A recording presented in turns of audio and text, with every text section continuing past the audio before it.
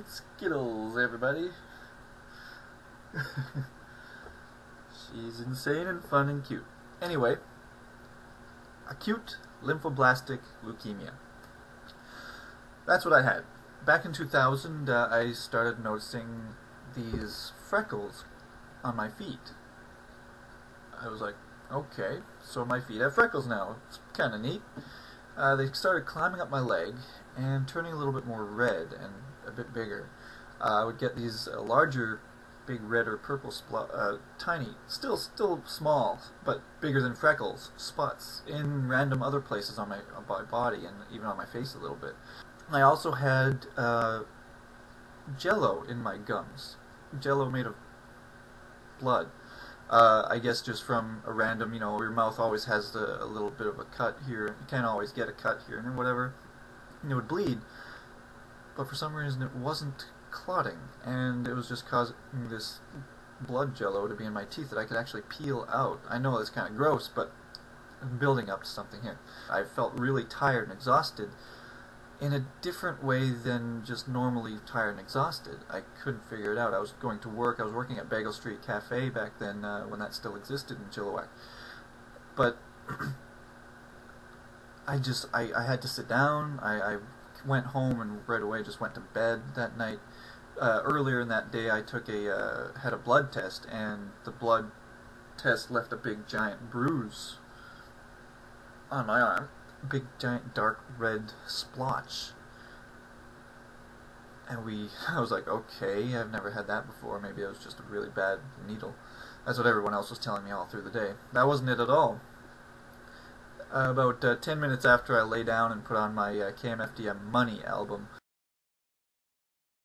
I hear the phone ring in the other room. I can't quite get to sleep. I'm laying there. I'm trying to sleep, but I can't. And my mom rushes into the room, opens the door. Nick, get up. We're going to the hospital now. I'm like, okay. They wouldn't really tell me what the doctor said, but they said it was emergency, so we drove right away to the hospital and did some tests, and it turned out that I had leukemia. I'm like, I sat there blank pretty much the whole time until my girlfriend at the time, Erin, came in with her mom to see me, and then I just let it out. I just burst into tears and was like, what the hell? Leukemia, 20 years old. I felt like I was just probably a lot of the time thinking how lucky I am that I'm a healthy 20-year-old guy. I'm not athletic, but I'm fit. I have abs. I had abs. And, it was generally, I had no allergies. I have no I might have a few allergies that I don't know about, but nothing that cripples me. I technically have glasses, but I don't need to use them because it's farsightedness, so I can see what I need to see if I need to see it. And, so yeah, it was just leukemia. Thanks a lot. Well, there's no one to thank. It's just my genetics. Or not really even genetics. It was just... They described it as it's not a genetic disorder. It's not something you pass down through families. None of my family that I know of has had leukemia, other than the ones that possibly died back in ancient times of it without knowing what it is. But it's just a disorder. One gene replicates, or some, who knows, replicates a few white blood cells earlier for their program to fight bad guy foreign bodies in the body. It's just built to attack anything. So they were released a little too early as rowdy teenagers, attacking and trashing the whole place, killing all my other my platelets, the things that cause my blood to clot, which is why I was getting those spots on my body and why I was getting that blood jello in my teeth. My blood wasn't clotting. It was forming little dots, pinprick dots of red, because it wasn't. Those were mini bruises called petechiae, where the blood just has nowhere to go. It doesn't clot. It just stays there. I was really close to the end there. They said if I had waited a couple more days, if I had have had any sort of accident or cut, I would have been dead. It's kind of a little bit of a sobering thought, but I don't know. It's life and death. We're not even here for a purpose anyway, so there's no real reason to worry about it or be sad. But obviously I was, because I am a human being and I still have an instinctual drive to live, to want to live. But still, it rushed to the hospital. They did some more tests and all that. Then they had to send me to the Vancouver General Hospital, because that's where they actually have an entire cancer ward center to handle this. So we go in there. They finally give us a proper full diagnosis: acute lymphoblastic leukemia.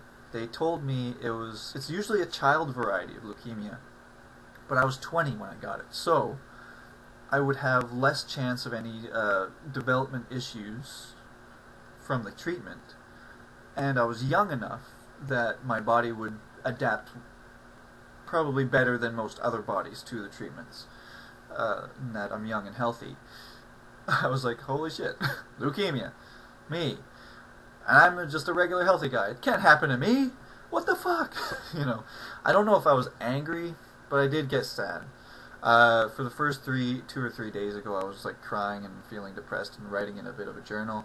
But then the doctors came and gave me the definitive diagnosis, what they were going to do about it. They said, since this is the child's leukemia, it's not that complicated. We know exactly what to do with it.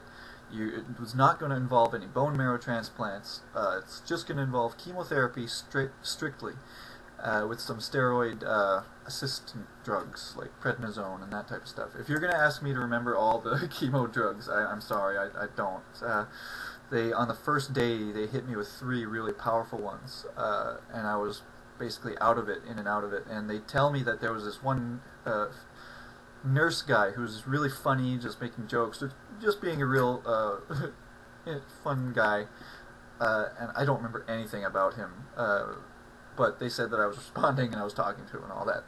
But anyway, I'm given this private apartment room in a bachelor pad in the top of East 6 in the VGH, Vancouver General Hospital, where the people that need isolation go.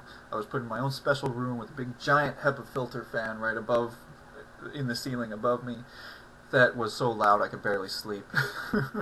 But my people who were visiting always had to wash their hands up to here, and had to be really clean because they were putting chemo into me, and chemo kills active body cells. That's why you lose your hair. That's why, and your blood cells. They wanted to reduce all my white blood cells to 0 so I could build back up with new ones, not the rowdy teenagers.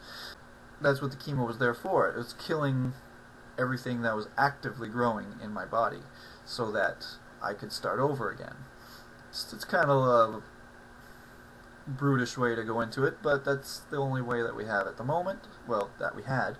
I heard that there's more pill type stuff that can be done. I had this thing installed into my chest. Hickman line, they called it. Hickman catheter. I just understand catheter to mean a blood instrument. When other people say catheter, they imagine something that goes into the penis. So I never had that association. So when I say catheter, I mean a blood thing that goes into my chest. It was this tube that went directly into a few inches off my aorta, the biggest blood vessel pretty much in the body. So that's the one that comes right out of the heart, because that's where the blood goes, just pumps it out super fast. It was this white tube went into my chest, into my aorta. It came out. It had three separate tubes that they used. One thicker one for blood only, and 2 for the different chemo treatments.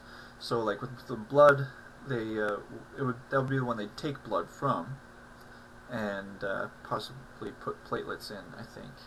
The other one was, the other 2 were just for different kinds of chemotherapy that I would have to take at the same time, if I would have to take multiple ones. And I had to maintain that. After I got out of the hospital, I was in the hospital room, that room for, I'd say about 23 days,